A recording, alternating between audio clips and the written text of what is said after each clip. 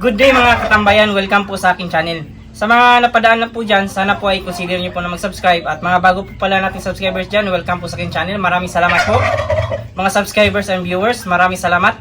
Ngayong araw po na to ay gagawa po tayo ng automatic DIY na drinker ng ating mga alagang pabo at saka manok. So yung ating mga materials katambayan ay nabili po natin. Una, yung nabili po natin ito sa online sa Shopee.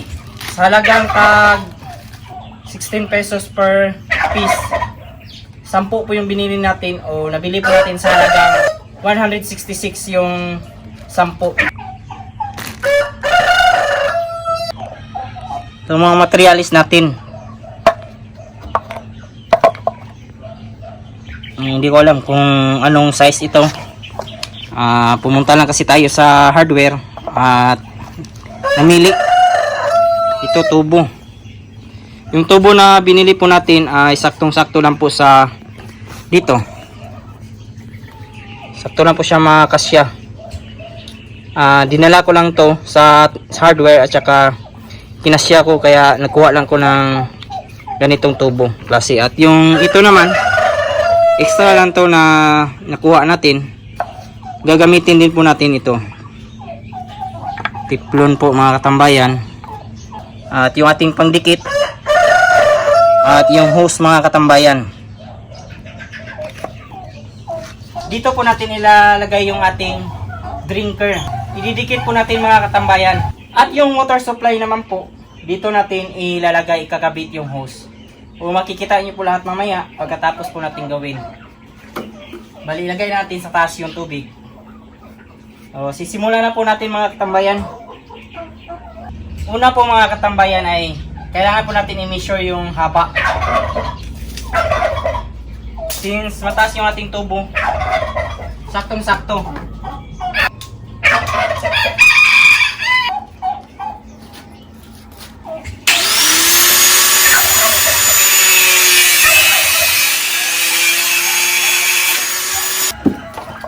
Napakadali lang talaga nito mga katambayan kasi ito lang po yung magko-connect sa ano. Ganun lang mga katambayan, oh.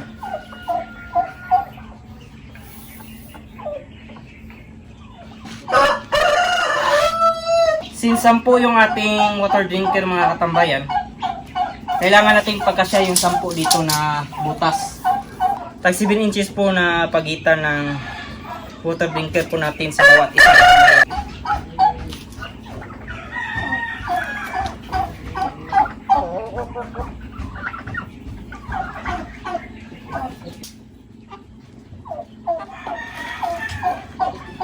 Magbubutas na po tayo.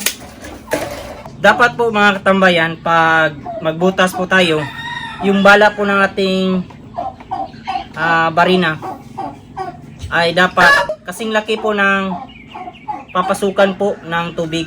Saktong-sakto po ito mga katambayan na pambala. Lalaki kasi ang butas pag masyadong malaki. So ito lang yung gagamitin po natin, at least ma-adjust po natin. Ayan.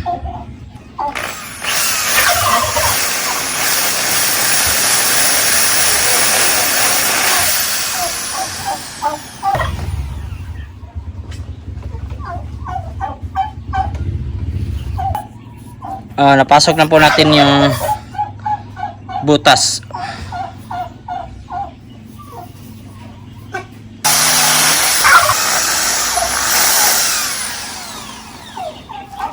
So katambayan, tapos na po natin na pabutasan lahat. Ang gagawin na lang po natin ay install yung water nipple. Kung sakaling tumagas yung ating water drinker mga katambayan, pwede po tayong maglagay po dito ng pangdikit o kahit bulkasil o anong klaseng dikit na gaya ng elastosil, ilagay natin dyan. But since may rubber po ito, hindi to basta-basta magtagas unless malaki yung butas ng nailagay natin sa tubo ng o sa plastic. Gumamit lang po tayo ng pliers. Lock na siya.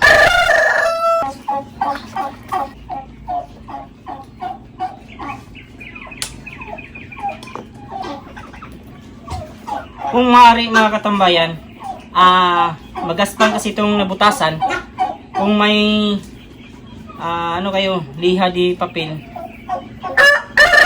sandpaper, ano natin, linisan natin para talagang plain. May posibilidad kasi na magtagas kapag hindi po ito pag magaspang.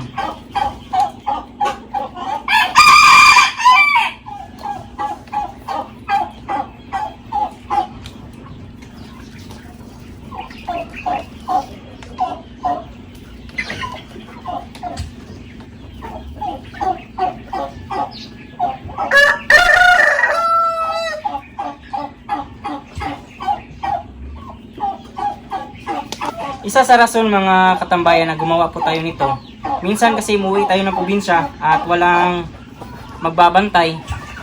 Ang ginagawa ko, naglalagay po tayo ng madaming tubig. So pamamagitan po nito ay hindi basta-basta maubos o masasayang yung tubig na ilalagay po natin sa water drinker. Talagang maiinom po nila. Tama-tama, pag umuwi tayo ng probinsya ay kampante po tayo. Natapos na po natin na kabit yung mga water nipple mga katambayan. So, install na po natin yung isa. Para takpan yung butas sa kabila katambayan, ito po yung ilalagay po natin. At meron din tayong tiplon. Para hindi po basta-basta tatagas yung tubig.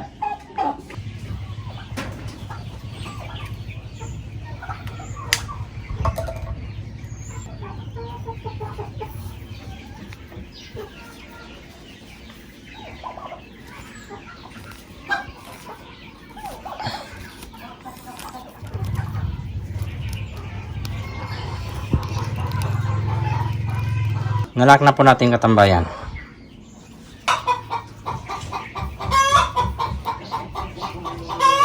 Ito mga katambayan, pwede din po natin lagyan ng pandikit dito para sigurado na hindi tatagas yung tubig. Okay, kukunik na po natin yung tubo.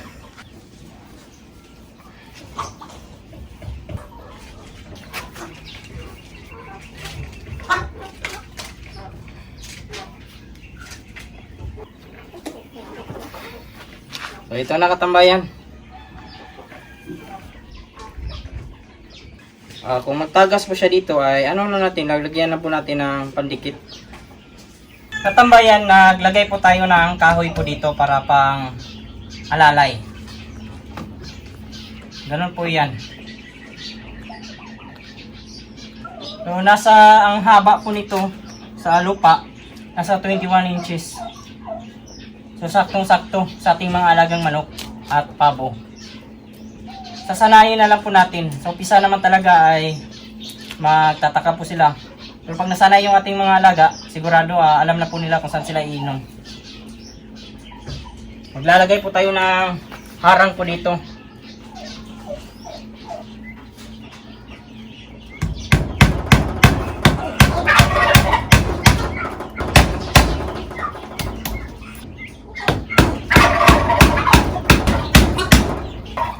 Ganun po yan mga katambayan.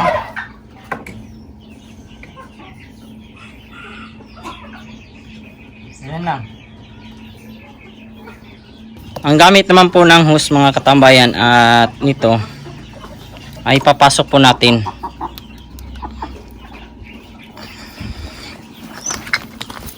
At ito naman ikakabit natin sa dito. Pero since maluwang siya, lalagyan din po natin ng tiplon.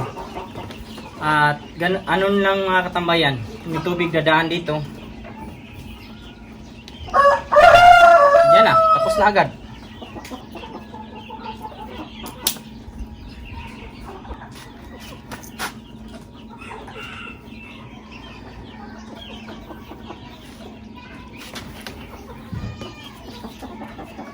Ang gagawin na lang pala natin mga katambayan ay dito na natin bubutasan parang sa dispenser. O ganun lang. Lalagyan na lang po natin ng elastosil, pandikit. Dito natin ilalagay. Kukunik yung hose. Lalagyan na lang po natin ng pandikit. Tambayan, iharangan na po natin yung para mag-nibay. Nalagyan natin para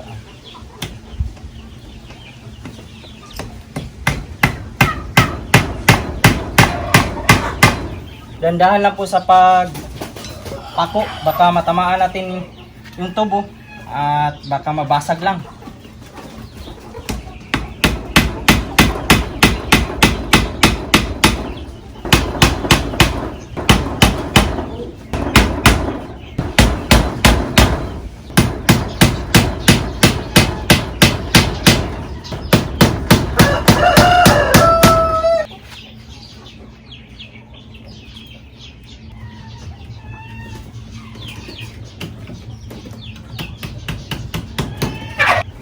Yung pang-connect po pala natin sa nipple drinker o water drinker katambayan ay nag-cut po tayo dito.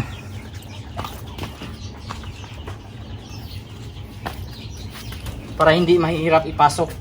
Gaya niya, napasok agad. Diyan natin ilagay ang tubig. Susubukan po natin.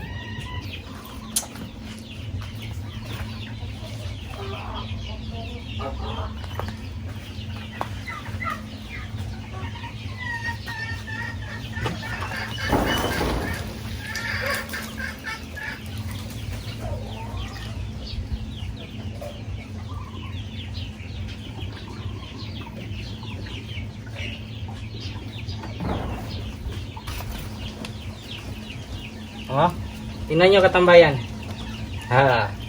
Steak.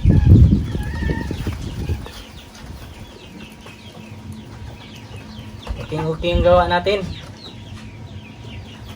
Yun nga lang yung hose, kailangan talaga natin na ayusin.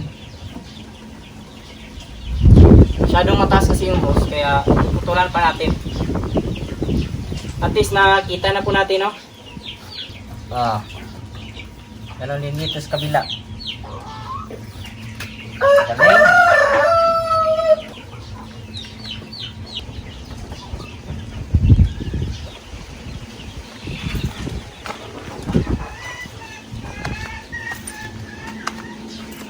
Ang maganda kasi dito, pag malinis yung source ng tubig po nila at nakakatipid pa po tayo ng tubig at oras. Kaysa maglinis pa tayo ng kanilang patubigan, diretso na lang po tayo dito, 1 galon. O gagawa pa tayo next time pag dumami yung ating mga alaga na pakawalan na po natin yung ating mga sisiw pag lumaki na po. Pero sa sampo na ito, saktong-sakto na po ito. At yung ating mga manok ay talagang makakaabot dito kasi hindi man ito masyadong mataas. Nasa 21 inches lang po. At yung ating pabo na lang po ay maglalagay na lang po tayo ng tubig para sa kanila, yung hanger o nakahang, para yung manok ay matuto na uminom po dito. Itataas lang po natin yung sa patubigan ng ating mga pabo para hindi yung mga manok hindi makaabot at talagang maano nila po ito, makita nila. At pag nakatikim naman ng tubig po dito yung ating mga alagang manok, sigurado naman po ay dito na po sila iinom o kumbaga masasanay na po sila dito. At yung ating mga pabo at nakita nila na yung ating mga manok ay uminom po dito, baka dito na rin po sila uminom. So sa ano natin, mahigit 4 na oras po nating ginawa. Worth it naman po. Wala naman pong tagas. At ang maganda pa po, mura lang po yung natin nagasto. So, nasa lang po yung nagasto po natin. Nasa 300. Kasama ng materialis. 350. Hindi kasali na to. May extra kasi tayo kaya okay lang. Kung isasali po natin, nasa mga 500 po ito lahat. Okay naman, wala namang problema. At least kampante po tayo pag umuwi tayo ng probinsya, ay hindi sila basta-basta maubusan ng tubig.